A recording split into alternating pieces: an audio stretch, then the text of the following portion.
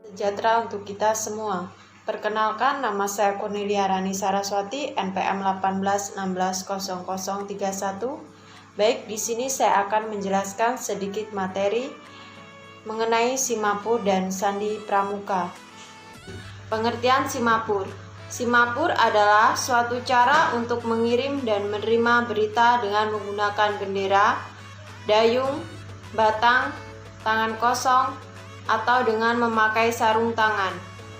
Informasi yang disampaikan dibaca melalui posisi bendera atau tangan. Namun saat ini yang umum digunakan adalah bendera.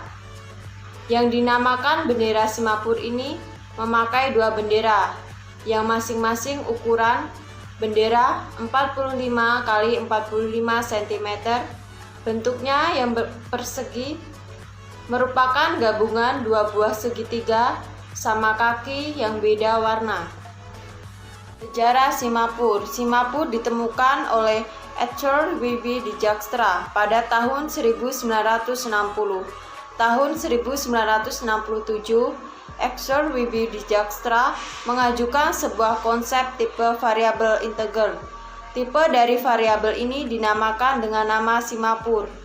Pada tahun-tahun berikutnya, Simapur banyak digunakan sebagai primit dan mekanisme sinkronis yang lebih kompleks dan tinggi lagi.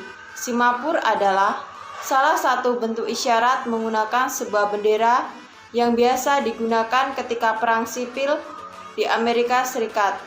Waktu itu bendera yang digunakan bendera yang berwarna orange dan putih, serta hanya berdiri dari satu bendera.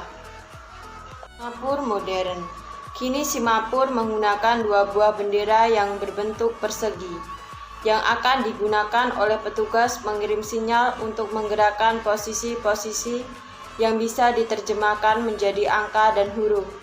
Isyarat ini biasa digunakan hubungan antara kapal dengan darat atau sebaliknya kapal dengan kapal. Simapur ini sangat tergantung dengan keadaan cuaca, lingkungan, dan waktu serta jarak, sehingga sudah jarang digunakan oleh tim SAR yang sedang melakukan pencarian di gunung atau di hutan. Penggunaan Simapur. Isyarat ini bisa digunakan hubungan antara kapal dengan darat atau sebaliknya, atau kapal dengan kapal. Tetapi sejak munculnya isyarat Morse yang lebih praktis dan ditambah dengan munculnya sebuah alat telekomunikasi elektronik, pengguna isyarat Simapur mulai berkurang. Kegunaan Simapur adalah untuk menyimpan berita jarak jauh sepanjang pemberitaan ini masih bisa ditangkap di pihak kedua atau bisa dilihat dengan mata. Mudah belajar Simapur. Agar mudah dalam belajar Simapur, kita harus belajar berseri, sedikit demi sedikit dan ditambah hafalan dan harus dipraktekkan. Adapun prinsip Simapur. UR, berita siap dimulai. K, siap menerima berita. K 8 kali, error atau ada kesalahan. INI, ulangi. AR, berita selesai. R, dapat menerima dengan baik. AS, ditunggu. MK, geser kanan. ML, geser kiri.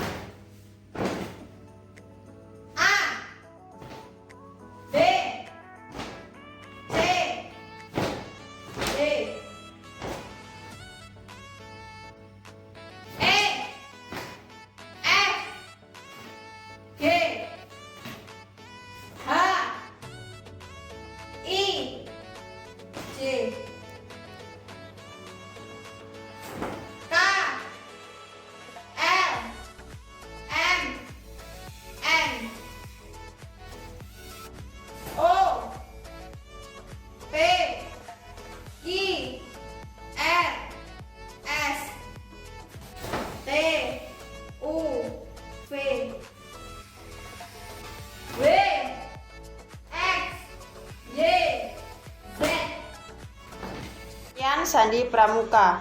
Sandi di dalam kepramukaan merupakan salah satu media pembelajaran yang baik bagi peserta didik baik pramuka siaga, penggalang, penegak, maupun pandega, karena dapat melatih ketelitian, daya ingat, kecerdasan, dan konsentrasi.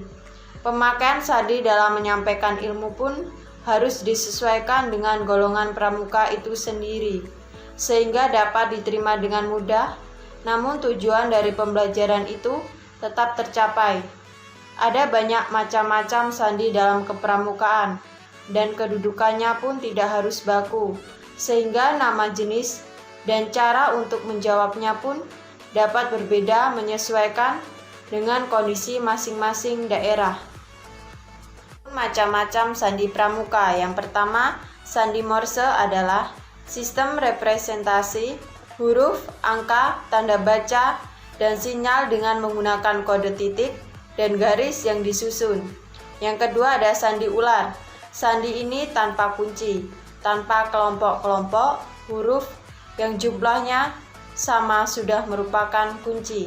Yang ketiga sandi koordinat atau merah putih, disebut juga dengan sandi gudeg sedia, karena sering menggunakan kata-kata gudeg sedia sebagai kuncinya. 4. Sandi angka adalah sandi yang menggunakan kode angka.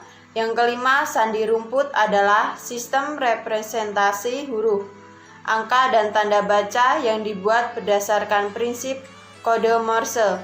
Yang keenam, sandi kotak adalah sandi dibentuk oleh garis yang membentuk kotak, setengah kotak yang sebagainya mempunyai titik sebagai pembeda abjad-abjad dalam sandi tersebut.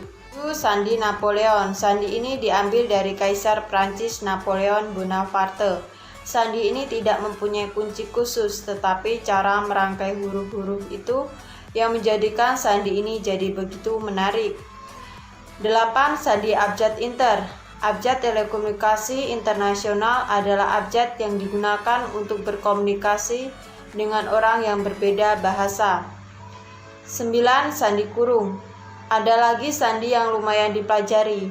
Sandi ini kuncinya sudah baku. 11. Sandi sisipan.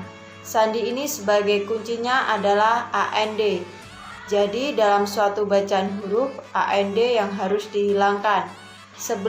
Sandi abjad atau sandi balik. Kuncinya A sama dengan Z atau Z sama dengan A. Bisa juga ditulis A sama dengan Z atau sebaliknya.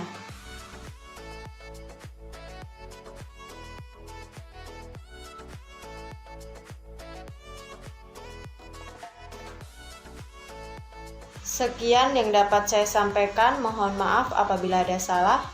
Terima kasih.